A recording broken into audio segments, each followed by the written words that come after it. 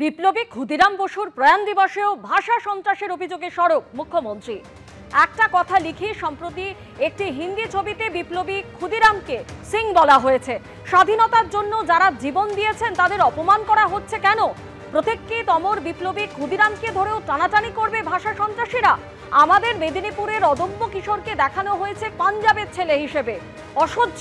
আমরা কিন্তু সবসময় দেশপ্রেম, সর্বোচ্চ আত্মত্যাগের প্রতীক এই মানুষটিকে শ্রদ্ধা জানিয়েছি।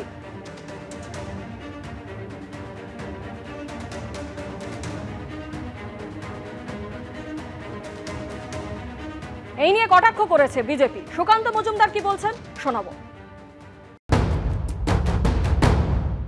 বন্দ্যোপাধ্যায় এখন বাংলা বাঙালি খেলছেন, বাঙালিকে বোকা বানানোর জন্য আরেকটি বার।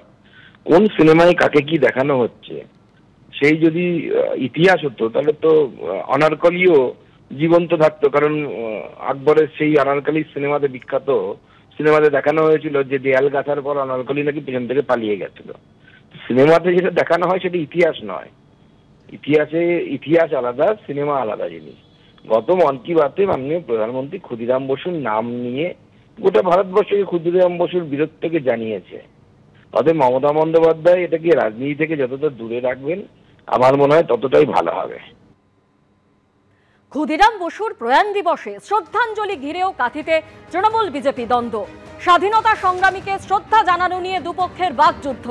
কাঁথিতে ক্ষুদিরাম বসুর মূর্তিতে মালা দেন কাঁথি দক্ষিণের বিজেপি বিধায়ক অরূপ দাস। আমাদের দেখেই শহীদ ক্ষুদিরামকে শ্রদ্ধা জানাতে শিখেছে তৃণমূল, কটাক্ষ বিজেপির কর্মসূচি চলাকালীনই সেখানে হাজির হন চেয়ারম্যান সুপ্রকাশ গিরি। কাঁথিতে ক্ষুদিরাম বসুর মূর্তি আমরাই তৈরি করেছি, বিজেপির থেকে জ্ঞান শুনবো না, পাল্টা কটাক্ষ তৃণমূলের।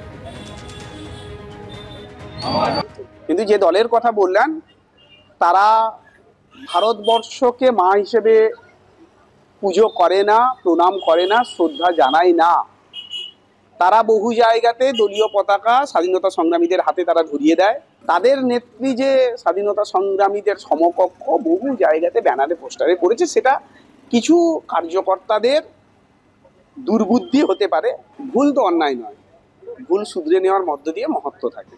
তাই কারোর মধ্যে যদি ভুল শুধরে নেওয়ার মধ্য দিয়ে যদি মহত্ব আসে, ভালো কাজে যদি আত্মনিয়োগ করেন, অবশ্যই স্বাগত। ভারতবর্ষের স্বাধীনতা আন্দোলনের সময় যে রাজনৈতিক দলের জন্ম হয়নি, সে রাজনৈতিক দলের কাছ থেকে এইগুলোই আপনি আশা করবেন। কেন ধাপ্পাবাজ, মিথ্যেবাদী, জুমলাবাজি যারা করে তাদের রাজনৈতিক প্রতিষ্ঠানকে সুদৃঢ় করার চেষ্টা করেন। এই যে মূর্তিটা দেখছেন, এই মূর্তিটা তৈরি হয়েছিল তৃণমূল কংগ্রেসের সরকারের আমলে।